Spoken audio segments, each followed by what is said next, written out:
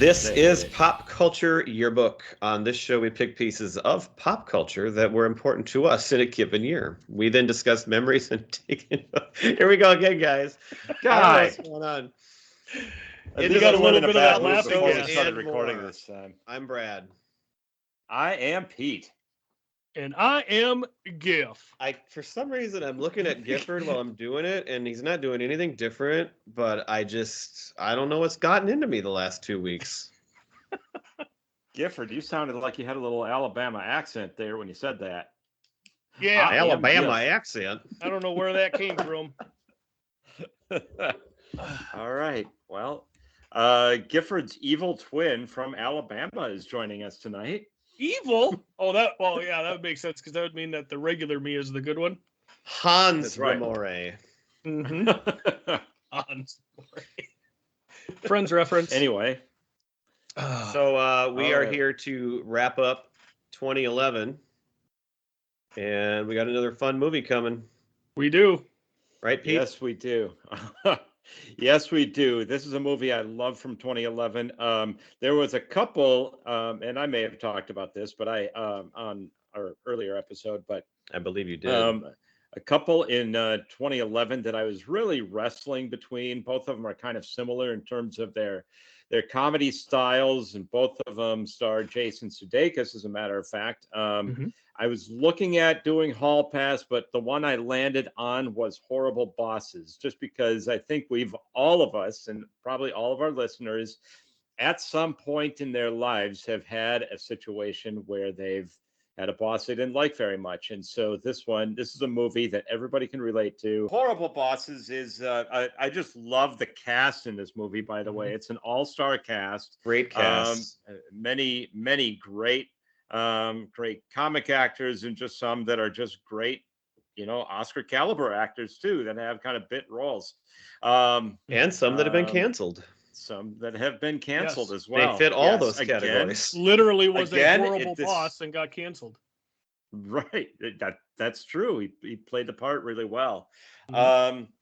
I'm going to just kind of start out by talking about the three main characters and what the Should we plot of talk the movie about is, how and we we'll kind of remember this dive movie right in. first? Sure. What do you Well, mean? you kick it off. Did you see it in the movie theater?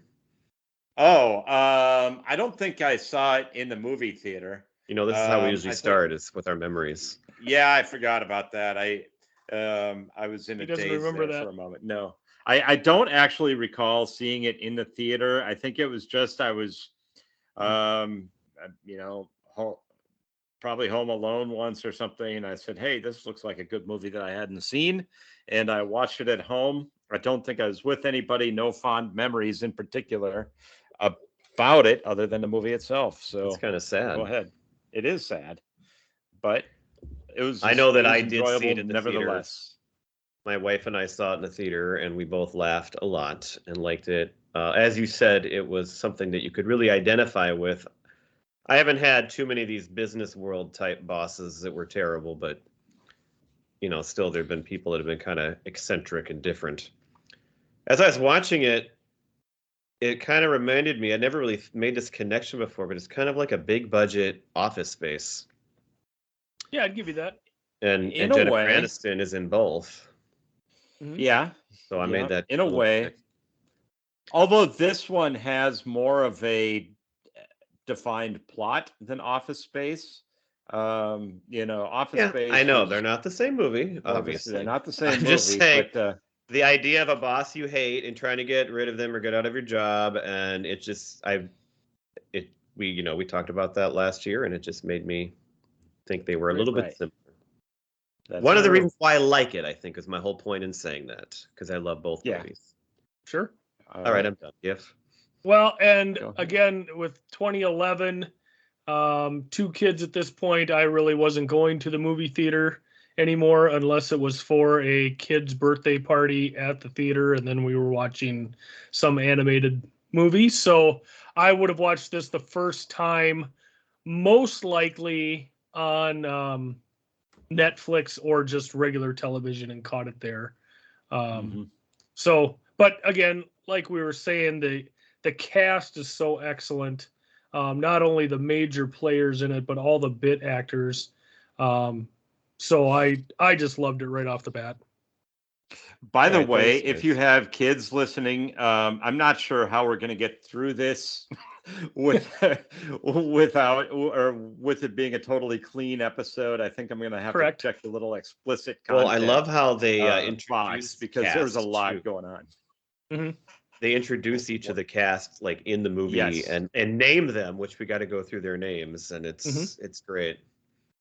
Right. Yes. Yep.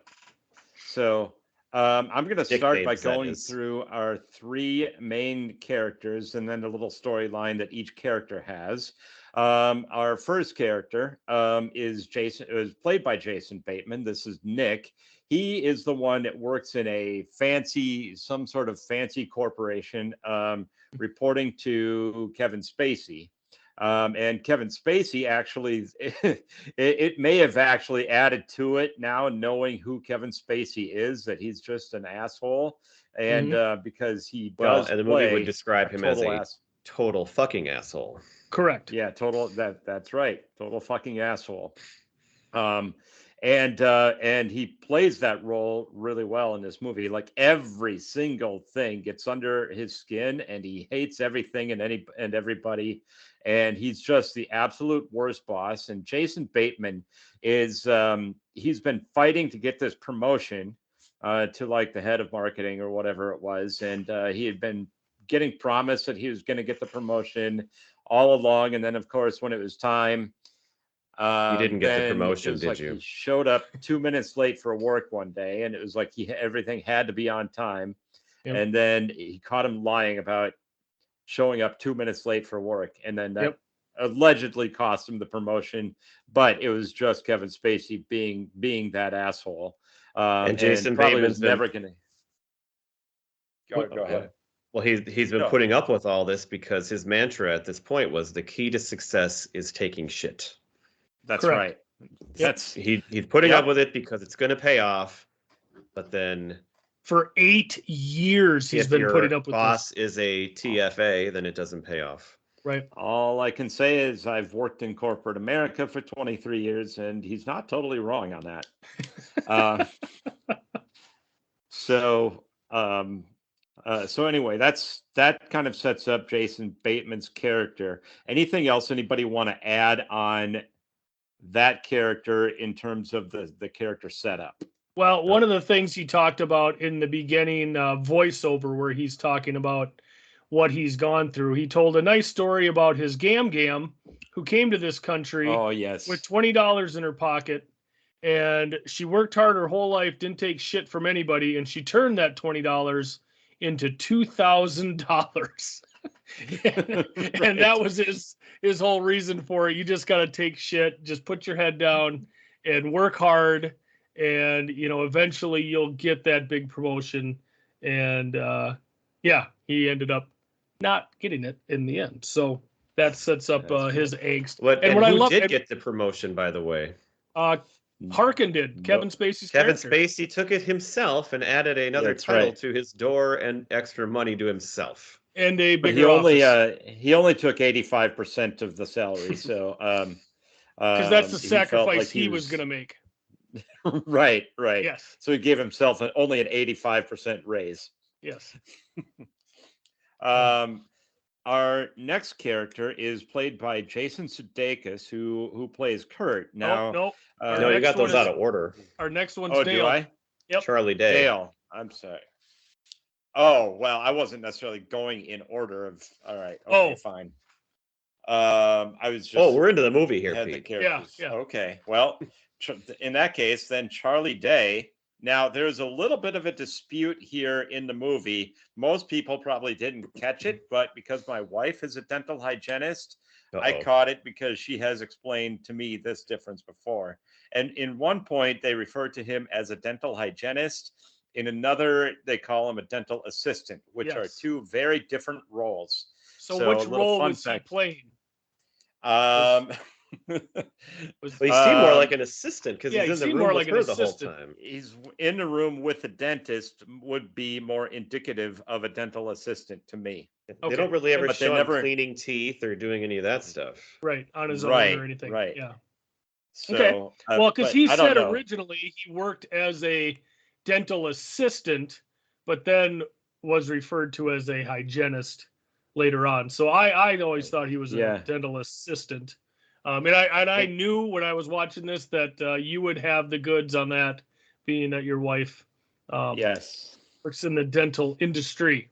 Has she ever acted like Hopefully Jennifer Aniston before? yeah, hopefully she has not experienced the same kind of You could do some role playing at home. Yeah. I will yeah, I'll see how that goes. The But first thing you need, Pete, is on your bedroom door, you need to install a button that locks it automatically. That's the first thing you need to do before you get into the role play. got it. So, Got it. yes. From afar. Yes. Yes. Okay. I will suggest that. You know, Jenny does listen to the show, so maybe There you go. she'll That's your take in. take your Yep. suggestion. There we go. Mhm. But You're welcome. anyway, if it's a dental hygienist or assistant, that's not really central to the point anyway. But it's sort of a role reversal in this Yes. thing, because you normally think of it's a stereotype, I know, because there are plenty of great female dentists out there, but generally speaking, it's the male dentist and a female hygienist / assistant. Mhm. But in this movie, and also the sexual harassment that goes on is also reversed as well, because Yes. you would typically think that it's the stereotype. You typically think that it's the male that would be the offender and the female the recipient of the harassment, but this movie does it totally reverse here. So it's Jennifer Aniston that is the dentist, and Yep. repeatedly and very vigorously harasses this guy Dale, who is played by Charlie Day, which, by the way, he's probably the least well known of all of the stars in this movie, but I thought in this movie he was the funniest. Well, yeah. If you're not Yeah, he's great. Sunny in Philadelphia fan, Yeah. that would be his big claim to fame on that. Well, and his character starts out by saying that the one thing he's always wanted to be is a husband, and he is engaged to a very lovely young lady. So right off the bat, because normally you would think if Jennifer Aniston is sexually harassing you, great, wonderful, let's go all in. Well, that's what his two friends think too. They just Correct, laugh yeah, at him yeah, all the they time always laugh and don't at it. take any of Right, it seriously. But he is a dedicated fiance to his future wife, and he doesn't want anything to do with this. And of course, the catch, you come to find out why he just doesn't quit and walk away, is because he is on the sexual offender Yeah, right. list, and she was the only one that would hire him. So she knows that he's stuck there and he can't really go anywhere. And why is he a sex offender?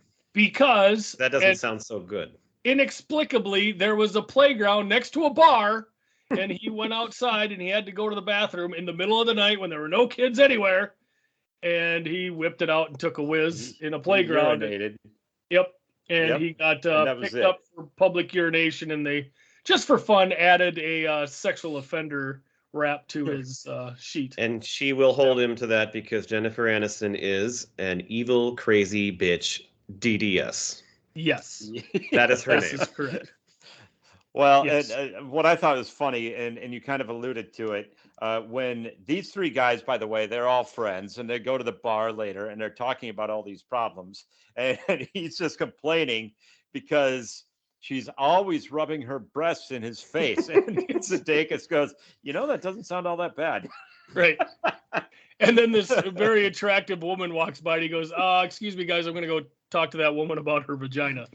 So Yes. what I love also is that the other two friends are single, and Sudeikis is just a complete hound. I mean, he's looking to bang anything that moves. So that's always a fun little He's part. like the Gifford of the group. He's the Gifford of the group. Say that. or the Norgard. Come on, let's be honest. Yeah, I can't back my talk up as much. So, Pete, give us the background on Jason Sudeikis. So now we're going to talk about Jason Sudeikis, who plays Kurt, who works in a small business, and it's like a family run business, and he likes his job. He likes working there for the most part. But and he does love his boss, who is played by Donald Sutherland, and they have a great relationship, and things are going pretty well. And he's clearly the one that is going to take over the company when Donald Sutherland's character is ready to retire.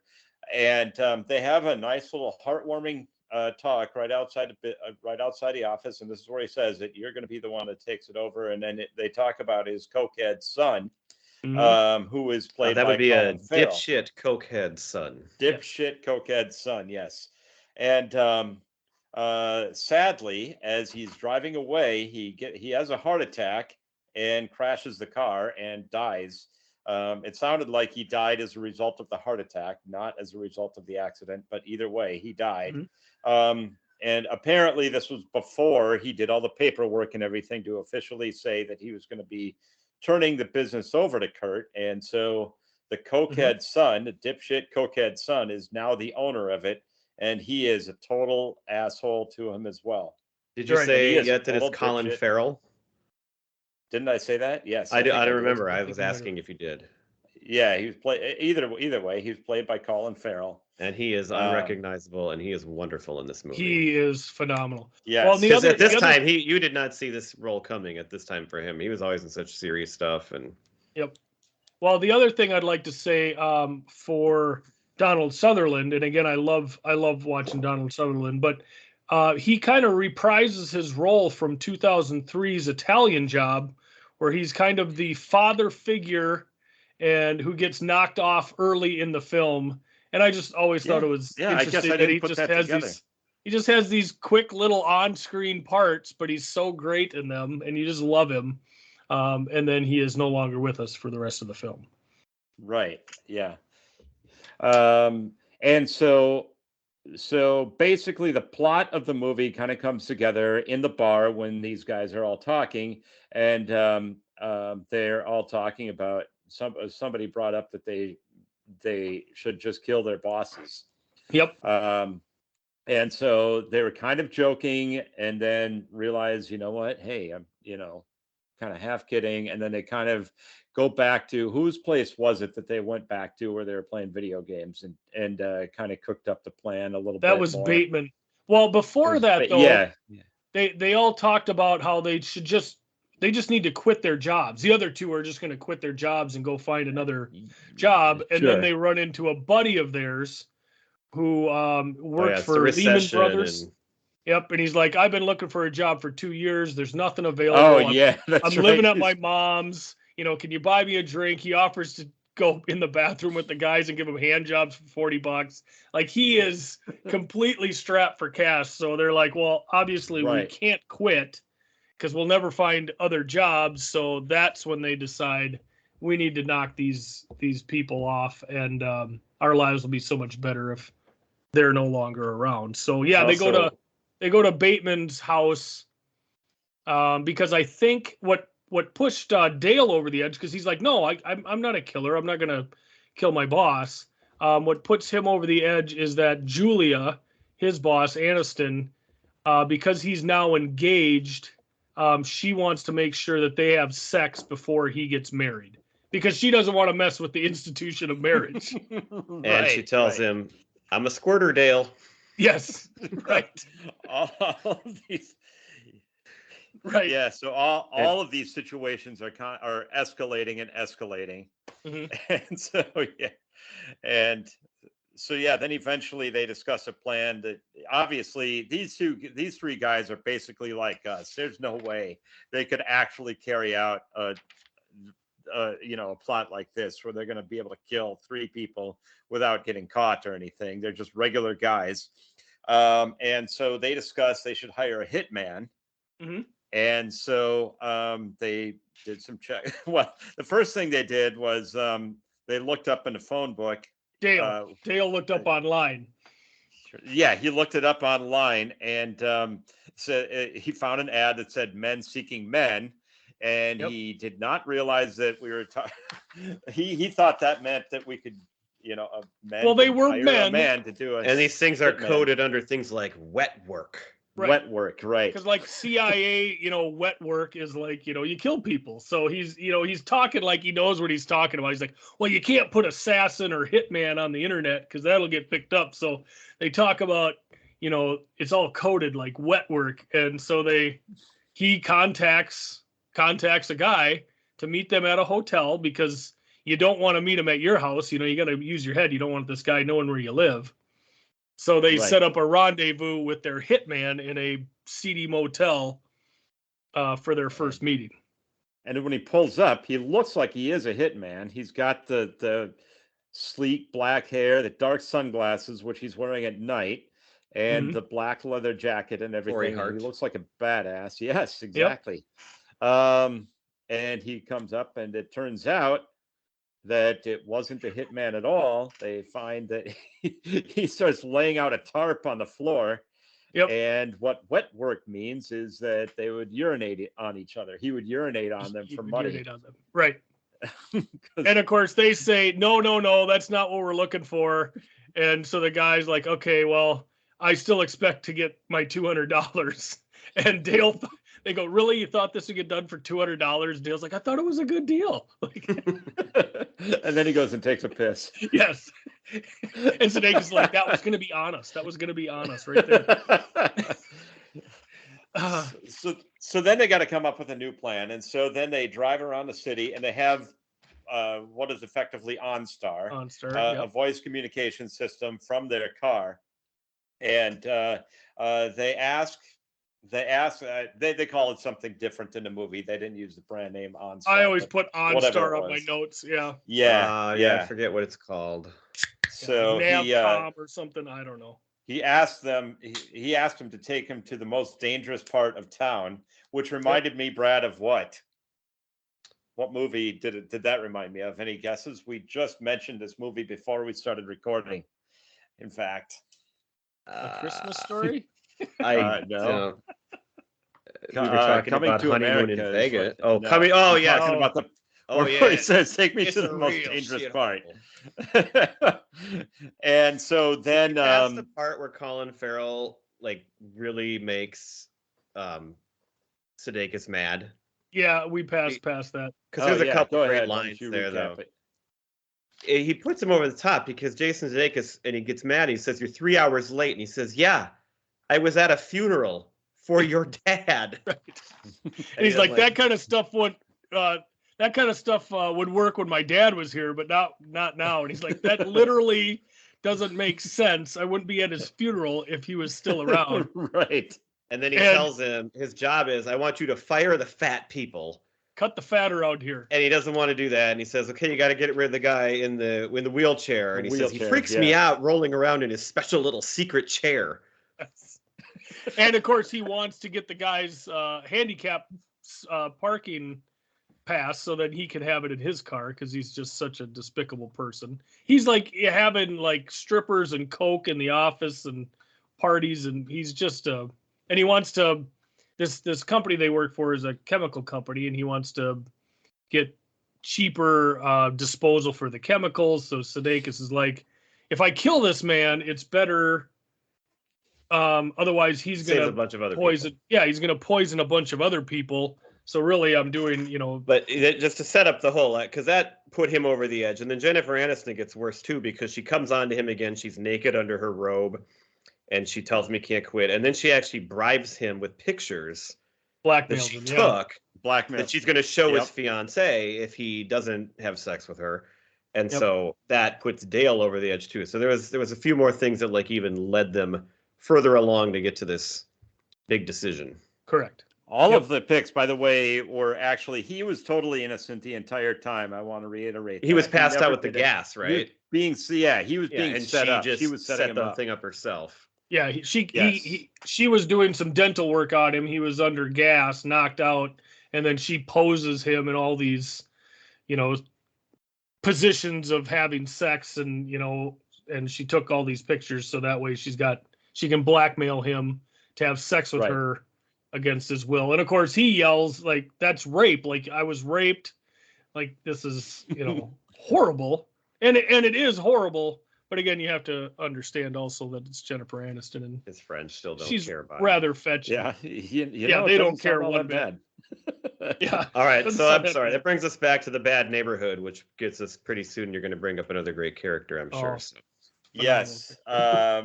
This is where they go to this bad part of town. Again, they're still looking for a hitman. And they meet Jamie Foxx's character, whose name is what, Gifford? Motherfucker Jones. And I see on your screen, Pete, you spelled it the white man way with the ER, but it's sorry. it's motherfucker. And of course, when he explains to the guys how he got that name, it was so great because they're like, "Well, how do you get that name?" And he's like, "Well, one night when I was young, I snuck into my mom's room while she was sleeping, and I stuck my fingers in her purse." And it was, all the guys were like, "Oh my god, where is this going?" And I took all the rent money, and I really fucked her. And Sudeikis' line is something like, "Maybe you should be called like fucked over my mother Jones or something." Yeah, it was outstanding. And so now they're having this conversation with motherfucker Jones in the bar, and they eventually agreed to $5,000. And $5,000 he'll do the whole thing. But he'll be their murder consultant. Yeah. Well, yeah. at first he tells them 30,000, and they don't like that. And he goes down to like 10, and they don't like that. Like, he keeps lowering his price. Yeah. He's a horrible He negotiator. comes off really dumb, but you find out later he wasn't really all that dumb either. No, he's basically a smart dude that knows that these three middle class white guys are just scared and intimidated of black people, so he'll just be able to do whatever he wants with these guys. So yeah, they put together $5,000, and so actually they spent $5,040 because they had to buy a briefcase as well to put it in. Yeah. And so they come back to the bar with the money and give it to him, and he of course says, I'm just out on parole, the heat's on me, so I'll be your murder consultant. And this is where they come up with the plan that the guys will kill each other's bosses because there's no they can't connection. Kill their own. Yeah. Yes. Yep. And it's Strangers on a Train, a Hitchcock movie. Much like Throw Mama from the Train. The Danny DeVito movie. Yeah. Oh no, you're thinking of Throw Mama from the Train. Yeah, that was a good Danny movie. DeVito movie. Yes. So they decide they need to do some recon on their targets. Correct? Correct. Yes. The first one is that they go to Kevin Spacey's house. Oh, they go to Colin Farrell's house. No, they go to Colin Farrell's. Yes. Yes. Sorry, I had these in the wrong order. And this was a great scene where in order to Sleeve get gloves. in the house, though, they're trying to figure out how to get in the house, and Colin Farrell opens the garage door and speeds away, and the two of them, Kurt and Nick, are able to just run under the garage door. Like the Indiana Jones style, Right. like they just beat the garage in the third one. But Dale is further away, and he tries to slide under, and he's nowhere close to making it, and just slams into the door that's now closed. So then he just has to stand there and wait while the other guys open the door for him again. Just excellent physical comedy. Just put himself into that door. So yes, they're going through Colin Farrell's place, which is basically a complete and utter douchebag. I mean, what did they say? It's like the Sharper Image threw up in here, or something like that. Yeah. It's all just massage horrible. chairs and and it's like I don't know, it's like mirrors and like it's a sex pit is what it is. And of course, here they find a whole box full of Coke. So they think that's a good thing to find. But unfortunately, Dale drops the Coke, and now they need to clean it out of the carpet, the shag carpet. When he drops it, it goes up in a poof of dust. and so it's everywhere, and they're like trying not to inhale it. Right. And they but can't then- hold it Right- because it's they didn't right bring in their gloves. faces. And they're wearing sleeve gloves. Yes. And Jason Bateman has short sleeves on, so he has no sleeve gloves. Because they don't want to leave fingerprints. Right. So Sudeikis during this But they point, get he high. goes into the guy's bathroom and he just basically starts sticking stuff up his butt, like his toothbrush and his floss and whatever he can, just to, screw with the guy. But the one thing they do find in the house of any value is Colin Farrell's phone. So they were Yes. able to get out of there with the phone. So now they can, see his contacts and his calendar and everything like that. So that was a good thing. But in the meantime, you've got Dale and Nick trying their best to clean up this coke, and they're just getting high as balls the whole time. So now they get the dustbuster, Yes. and they're cleaning it up, and then eventually it's like, okay, well, once they've got it all vacuumed up, they can just take it right out of the dustbuster and put it back in where they found it, and it'll look like nothing happened. Right. They open it up, and of course it's all like dust and dirt, and they're like, maybe we should have emptied it first. Right. And then they're trying to sift it, trying to clean up this coke. And it's just, I think at one point Charlie Day starts doing push-ups, and Jason Bateman has to go to the bathroom quick. I mean, they're just all jazzed up from inhaling this coke. So that was just outstanding.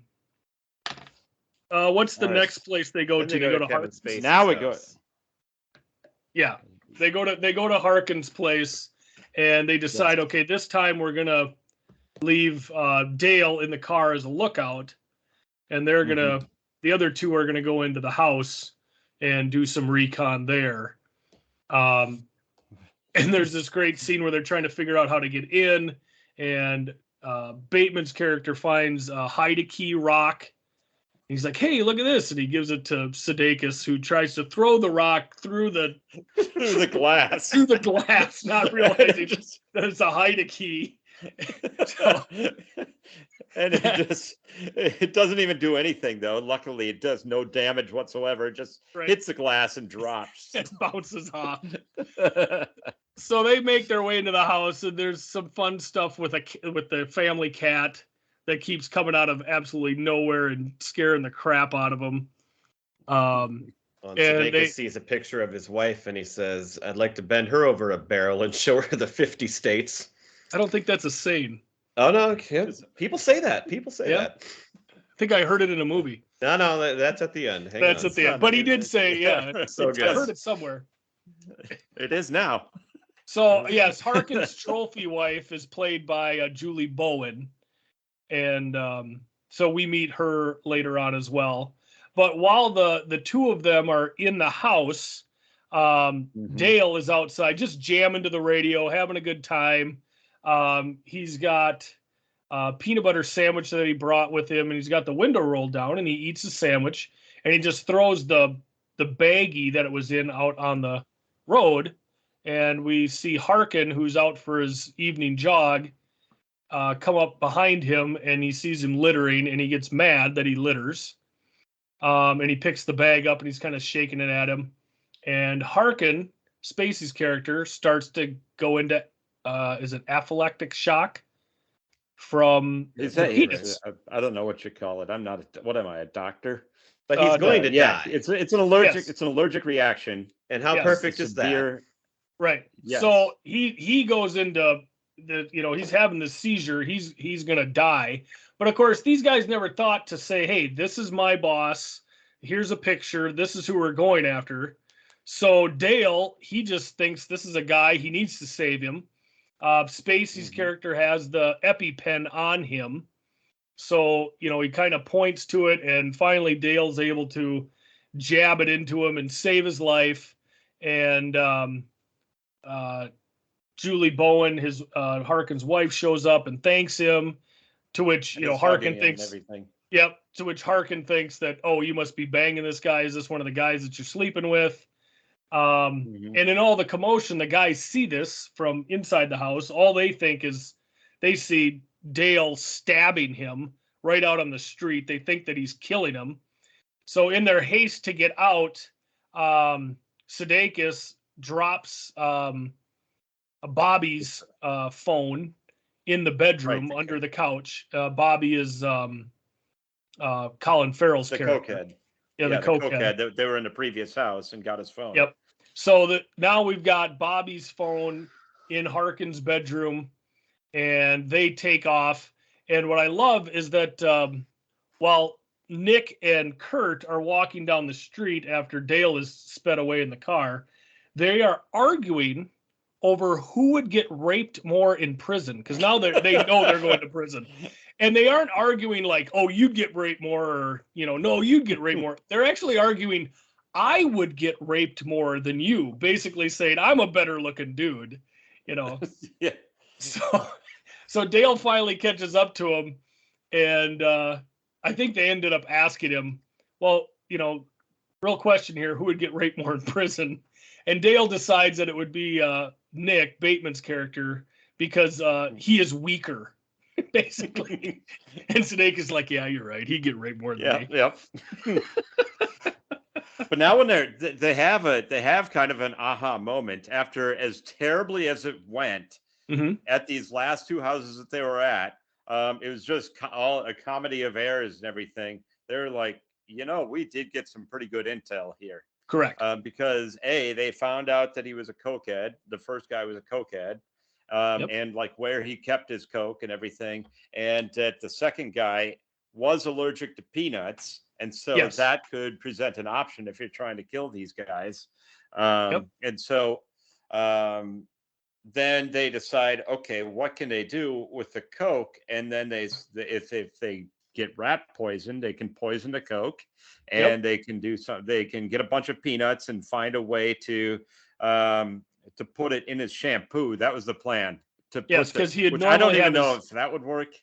But what their thought was, he'd normally have his EpiPen on him, so they need to do it in a place where he wouldn't have his EpiPen. So they figured in the shower would be a good spot. So if you crush up some peanuts and put it in the shampoo, that should do the trick. So actually, their plan was pretty solid, because, like they said, how many times do you get a bad batch of Coke?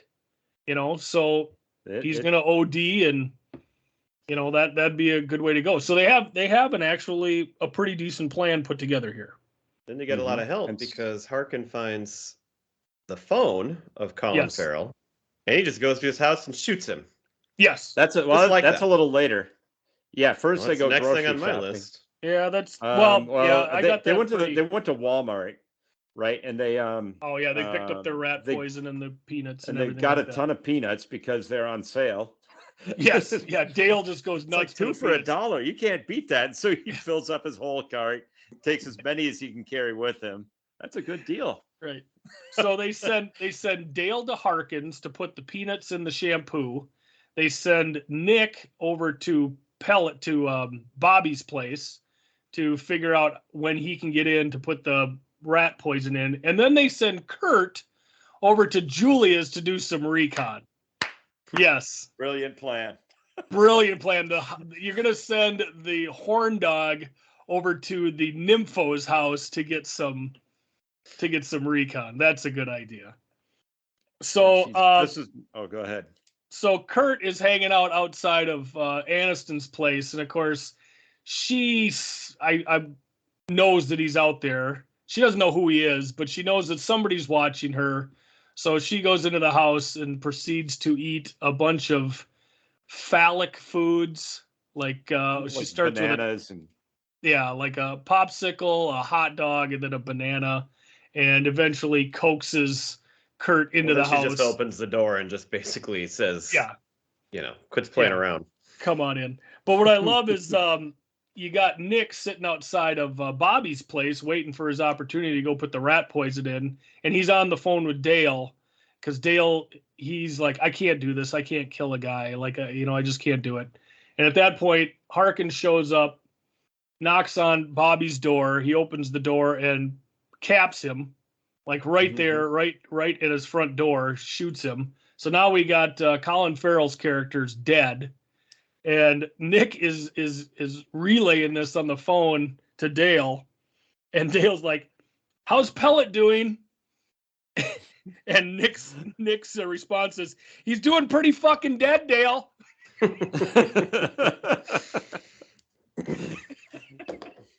So of course Harkin, he just assumes that Bobby was screwing his wife, because everybody's screwing his wife. That's his big hang up. It was the cat actually that found the cell phone that led to that. That is correct. Which was under the chair.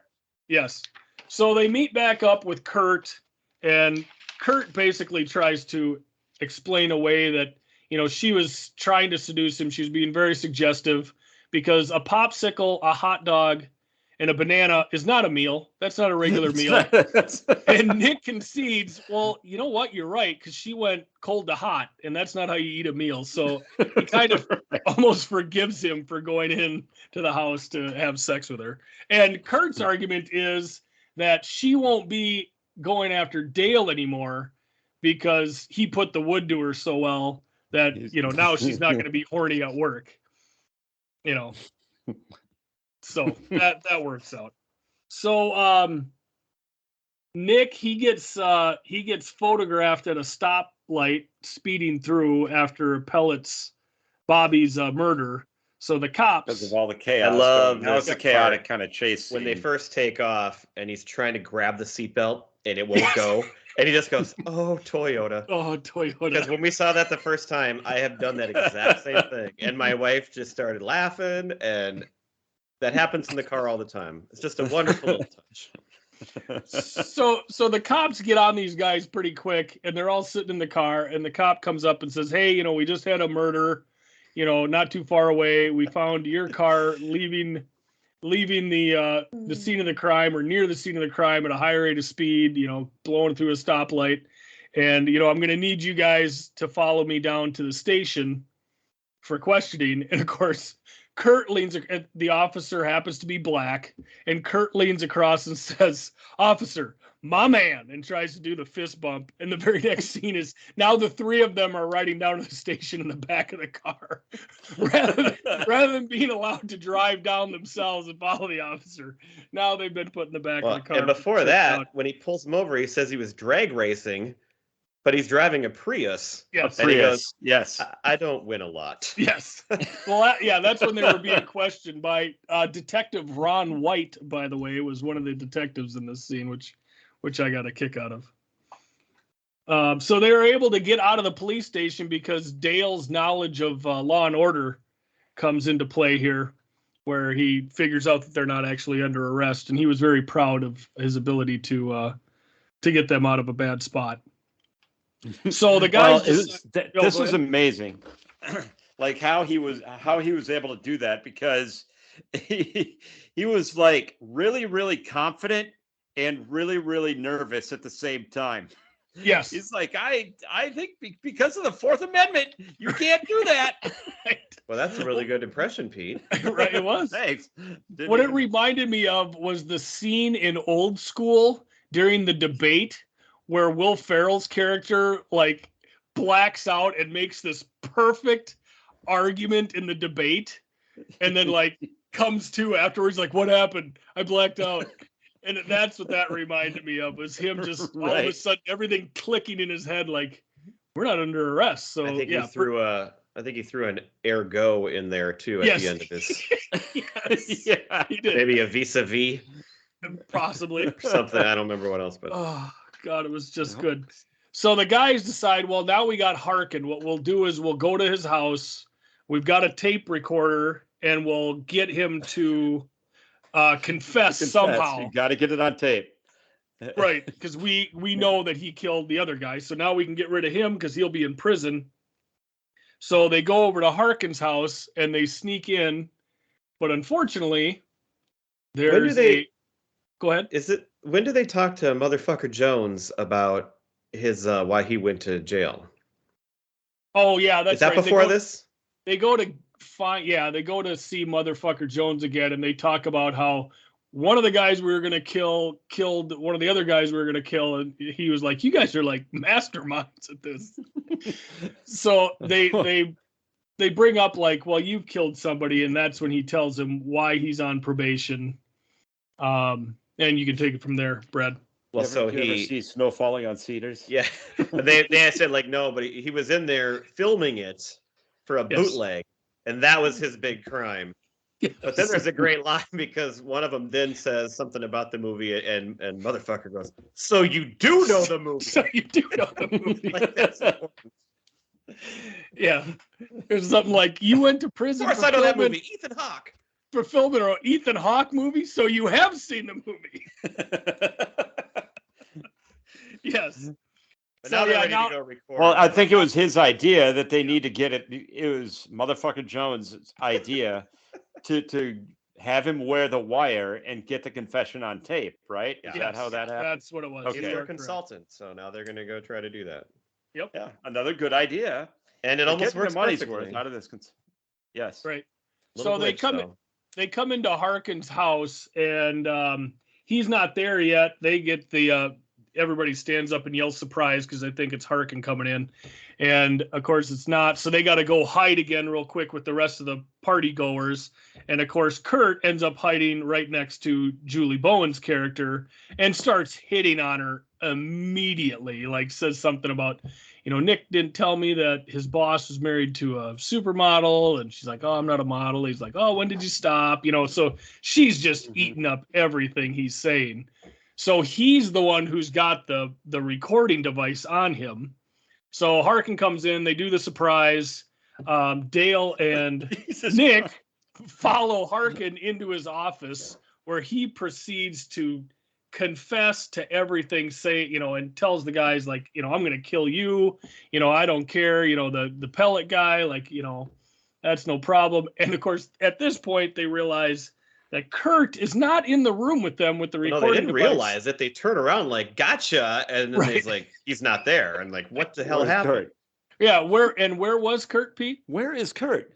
He was banging the wife. Yes, he was the bathroom. banging Harkin's In wife in the bathroom. Yes. Because she was giving him a tour of the the house.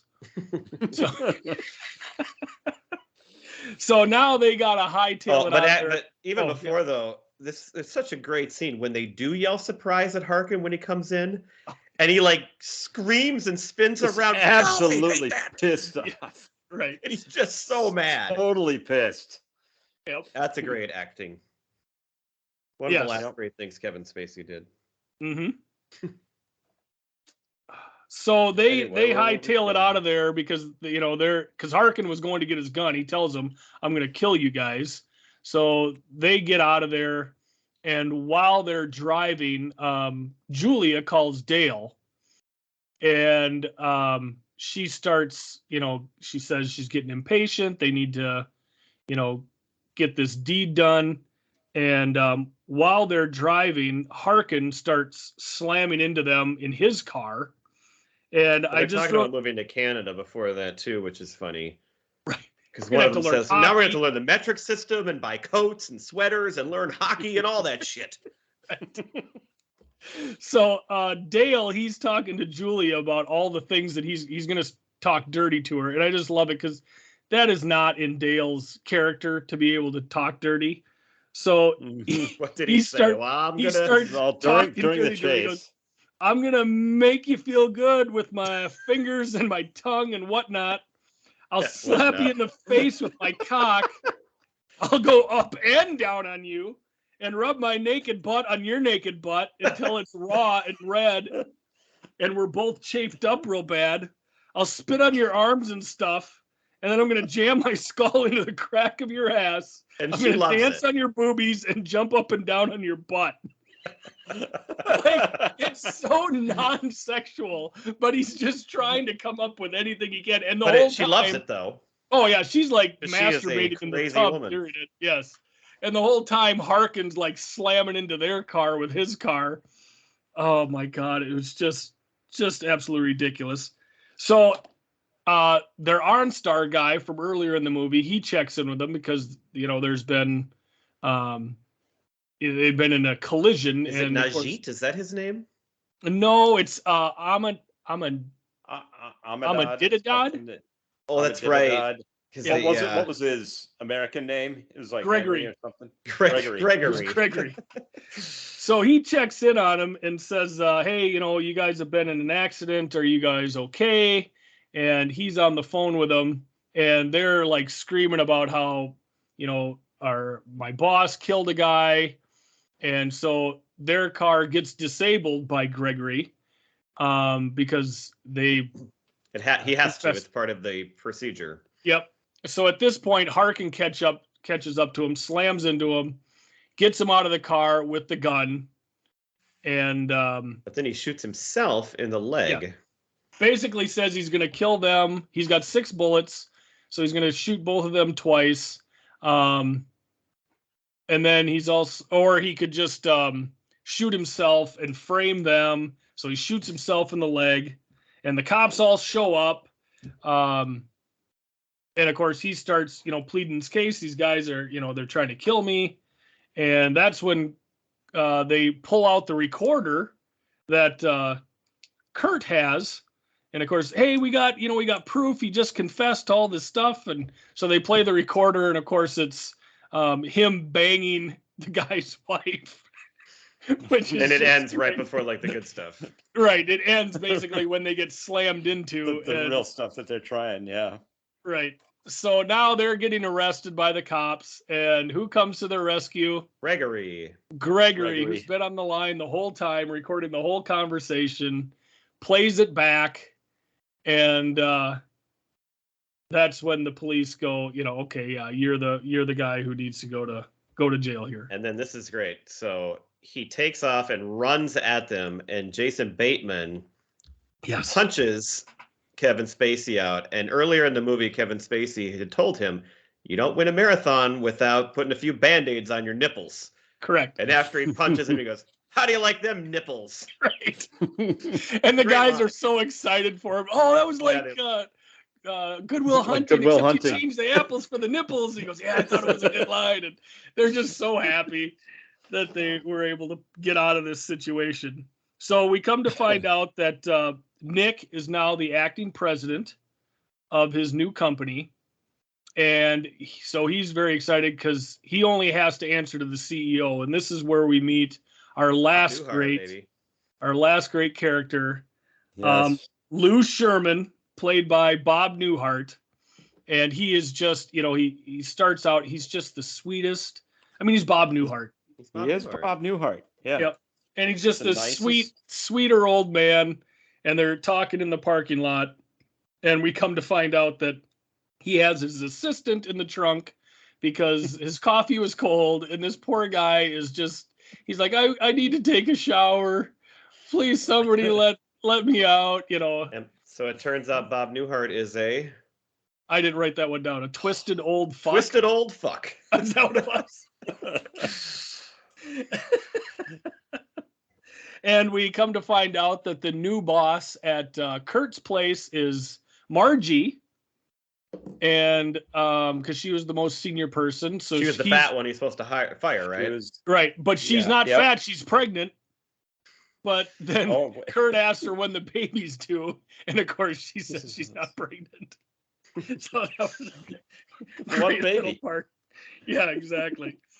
And then the last thing we see here is we have to get rid of Julia. She's still going on. Yes. So they are with a patient, and they're gonna do a cleaning or whatever. So this guy is all prepped and he's under the gas. So she starts, Dale acts like he's into it. He wants to do the patient before they do each other or whatever. And she starts, pulling the guy's pants down, and we come to find out that their buddy, who was going to give him hand jobs for $40 in the bathroom earlier in the film, this is the guy who's in the chair, and we got the cinematographer. And he's not really out. No, he's not really out. Take the gas.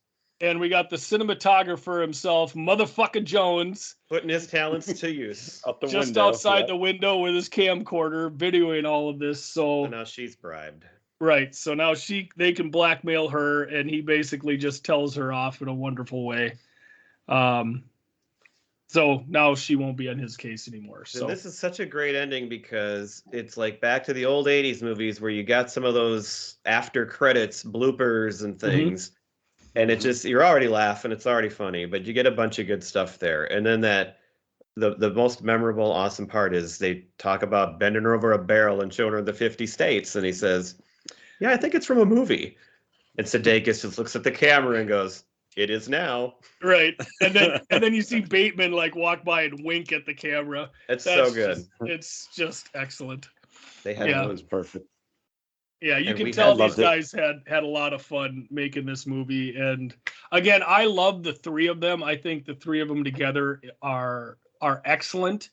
But to me, Jamie Foxx stole every scene that he was in. He Just was the Yes. way he drinks out of his straw and like turns his head and it's probably it's so good. Yeah, with the glasses down, Yeah. Yeah. sunglasses down. he's like jittery, kind of. Hey, just he's so. Like good. always Have you looking guys around. both seen Horrible Bosses 2? I don't think yes, I have. No. I Oh, have really? seen it. Yeah, I don't remember it much, but I do know that I liked it fine. Not like this one, but it was pretty good. Like I enjoyed it. Yeah, because it's Christoph Waltz is the main Oh, yeah, bad he's in it. guy, and they make up a product called the Shower Buddy. That was the whole thing. They went into business for themselves. They make come up with a product called the Shower Buddy. He buys a bunch of them. You know, they think they're on their way to success, and then he basically says, "I'm never gonna sell any of these things, and you guys are sunk and whatever." So they have to figure out a way to get back at him. So It's worth it. It's worth it. yeah, it's worth a watch. it's worth it. Well, and Christoph Give it a Waltz watch. is phenomenal. Yeah, he's always great. Yeah. So definitely good. We like it. Good pick, Pete. I liked yes. watching that one. Thank you. I did too. So, thinking about what we needed to do for our top 5 list on tonight's episode, I thought it would be appropriate because we just did the movie Horrible Bosses. Let's talk about our favorite boss characters of all time. This could be from music, it could be music, Could be movies, music. TV, whatever.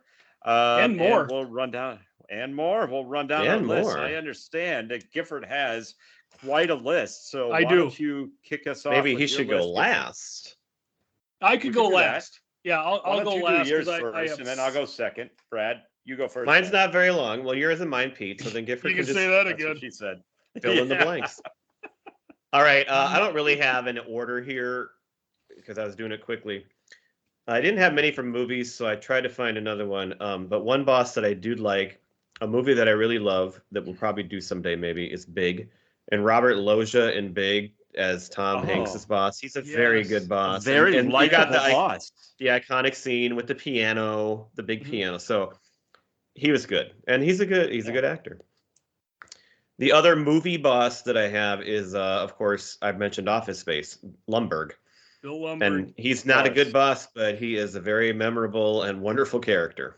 hmm All right, the rest are all TV. Sam Malone is the boss of Cheers. He's a great boss. He's a great character. Yep. You got Leslie Knope and Michael Scott, kind of the good and the bad one of the two mockumentary type shows. Mhm. They're not really whatever you want to call them. Oh, that'd be what it is. And then my top 3, I like these are really good ones. So one that hopefully a lot of people know is if you watch Brooklyn Nine-Nine, Captain Holt, Yes. Andre Browers is simply one of the, you think Ron Swanson is a great character? This is one of the greatest characters in the history Yes. of TV. He is so amazing. He is so good because he's a serious actor and he's a serious guy, but he plays it so funny. Well, and he plays it so straight. That's Yeah. why it's funny. Yeah. He is amazing. That was just so perfectly done. So Captain Holt. I got Montgomery Burns Very at nice. number 2 here. On my list. Because we all know him. And then I first guy I thought of, just off the top of my head, George Steinbrenner on Seinfeld. Nice. I mean, Oh, what a that's a good one. memorable character for my favorite show. And I mean, that impersonation is just awesome. Yes. So that's what I got. Right, good list. Well done. Thank That is you. an excellent. I had only one actually that you did not name. I had Mr. Burns. Or did you say Michael Scott? You said Michael. I said him and Leslie Knope together. Yep. Yeah. You did. Okay. Sam Malone, I had Ron Swanson. Yeah, he's a and, boss too. Lumberg. Yep. Yeah, I had Lumberg as well from Office Space. The one I had, kind of my sleeper pick on this one, was because it was the first sitcom I can ever remember growing up watching as a kid, and it was Mel from Mel's Diner Oh my God, that's a Oh, great on choice. Alice. I Great love That's the Alice. first because that's the first boss type character impersonation of what a boss is that I can remember my Kiss whole my life, and grits. that was what stood out. Yeah, there you go. Stood out That's to me. awesome, So, Pete. That should be on my list too, because I love Alice. Yep, Yep, that's a yep. good one. Speaking of older shows too, There you I go. didn't put him on there, but when I was looking these up, speaking of Bob Newhart, he'd be another good choice because he's the boss of the Stratford I Inn. thought about him later. Yeah, Dick But- Loudon. I have him on Dick my honorable Loudon. mention. Loudon. There you Yep. go. Loudon. I have him on my honorable mention list. Well, go for Excellent. it. Give us the rest of your list. All Start. right. We got how many minutes we need? 15. We need about 15 minutes. So I am going to go with bosses, but also just people in charge. Charles. Charles. Charles. Scott in charge Baio. Of our days. No. So first off, starting with Caddyshack, you got Judge Smales, Al Chervik, and Lou Lomas, who is Yeah. in charge of the I was Caddyshack. thinking of the caddy boss there. Yep. Caddy I master. couldn't believe you didn't have Hans Gruber on your list. He was the boss of the bad guys, and Yeah, I guess, but yeah. We got to have Cosmo Kramer. He's the CEO of Kramerica Industries. We've got one of my favorites. The beginning of the movie is great. Platoon is Gunnery Sergeant Hartman, played by Arlie Ermy. How about Cleo McDowell? Isn't that Full Metal Jacket? I'm sorry, Full Metal Jacket. Sorry, not Okay. Platoon. Cleo McDowell from Coming to America. McDowell's. They have the Yep. Golden Arches. We have the Golden Arcs. They have the Yep, Big that's a good one. Mick We instead have- of the Big Mac. With the Yep. Big Mac. Jay Peterman from Seinfeld was an excellent. as Peterman. well. Ed Harkin from Anchorman, played by Fred Willard. I love Fred Willard. Fred Willard is great. We've got James Caan's character Walter from Elf. Yeah. Brian Madison of Madison Hotels. How about Frank Who's Shirley? that? Huh? Oh, Frank Shirley. Who are you talking about? Brian Said Bill- Madison, Billy's dad from Billy Oh, Madison. his dad. Billy Okay. Madison. Yep. Frank Shirley from Christmas Vacation. Frank Shirley. Selena So that's Meyer. twice now with Brian Doyle Murray there. Yes, twice with Brian Doyle Murray. He's also in charge of the campground. Oh yeah. In vacation. Yes. We like to send out a mailer. Yeah. Selena Meyer from Veep. Yeah. We got Rebecca Welton from Oh, that's a good one. Ted Lasso. Ted Lasso. Bob Kelso from Scrubs, Chief of Medicine. You could also say Ted Lasso as the boss of the team. That's true, but she's the boss of the whole thing. Principal Vernon, I believe his first name's Dick from Breakfast Club. And you can't have honorable mention of bosses without mentioning Boss Hogg. Oh my God. That should have been an obvious one. So my top five, number 5, Johnny Rose from Schitt's Creek. The Rosebud Motel. That's right. My number 4 is Ron Swanson. Number 3, Michael Scott. Number 2, Sam Malone. And my number 1 is President Jed Bartlett from The West Wing. Oh yeah, you love Nicely the West done. Wing. That's I a great love me list. some West Yes. Wing. And there's a lot of done. shows that we just mentioned that we've done episodes on. If you're new to our show, you can find many, many shows back there and movies that we just mentioned. Go listen to them And speaking of past shows, or we did re-listen to them. We did Roadhouse, and that you got Tingham from or Tillman from Roadhouse, the creepy guy who's owned the Double Deuce. So you have to put him in there too, right?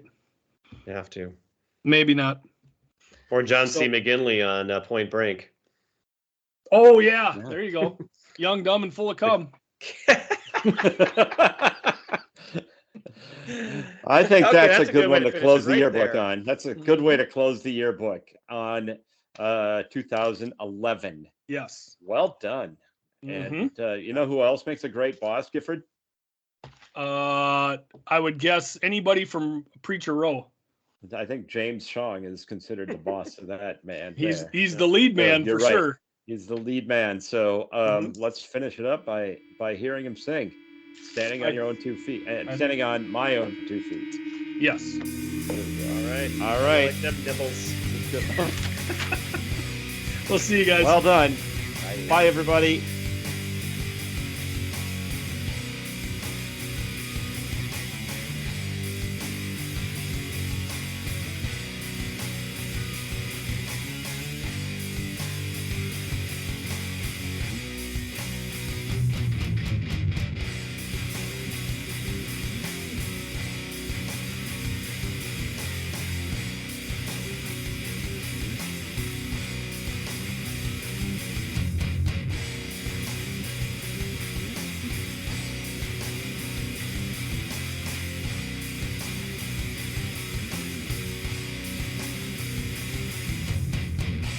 Standing on my own 2 feet, no one's here to comfort me.